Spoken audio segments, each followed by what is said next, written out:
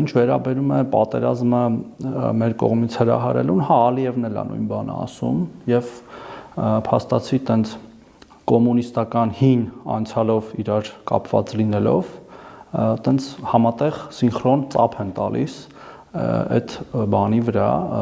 եւ ենթադրում եմ շատ նաեւ ուրախ է որ մենք պարտվել ենք այդ պատերազմում, որովհետեւ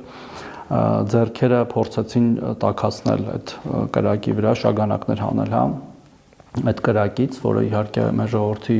իմաստության շնորհիվ չստացվեց,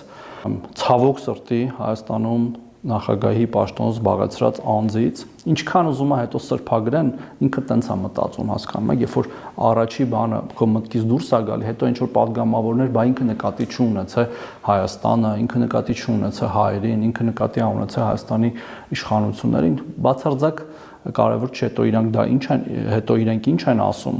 Մարդը ատում է Հայաստանի Հանրապետությունը, հասկանում եք։ Ի սկզբանե ատել է եւ շարունակում է ատել։